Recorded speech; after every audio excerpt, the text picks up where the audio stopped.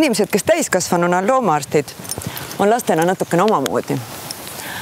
Need on need lapsed, kes toovad koju poolsurnud tuvisid ja lonkavaid kassipoegi ja kelle lapsepõlv algab siis, kui nad saavad endale oma looma. Minul näiteks õnnelik lapsepõlv algas 8-aastaselt, kui ma sain endale koera ja sellest ajast saadik ka mul alati koerad olnud. Juba 5-aastaselt umbes ma teatasin, et minust saab loomaarst, et ma tahan endale maailma kõige suuremat koera. Aga seda ma ei julgenud kellelegi öelda, et ma tahan endale ka päris oma hobust. Tänaseks olen ma loomaarst ja juba 20 aastat juhin ma ühte kauni nimega ettevõtet Timela, kes tegeleb terve looma nimel. Võib öelda, et minu unistused on täitunud.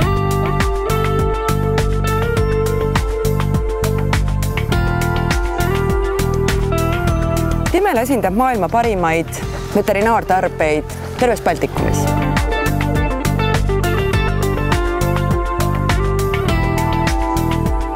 Me ei armasta tavalisi, igavaid ja odavaid asju, vaid meie märksõnad Timelas on kaasaegsus, efektiivsus, uuendusmeelsus, kvaliteet ja kahtlemata usaldus ja koostöö.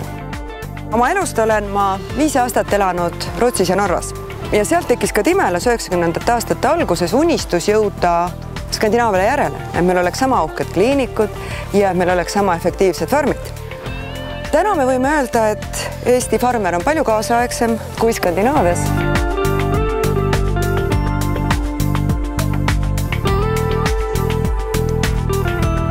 Ja meie kliinikutes kasutatakse palju uuemaid meetodeid.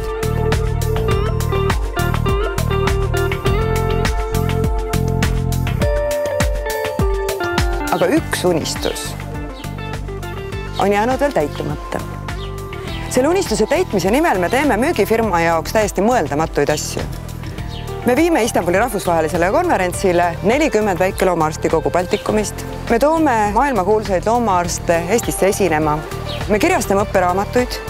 Me oleme loonud tervikliku farmiauditisüsteemi, mille nimi on Peremehe pilt ja mille visiooniks on, et ainult terve loom suudab tasuvalt toota. Ja miks me seda teeme? Ikka selle täitumata unistuse pärast.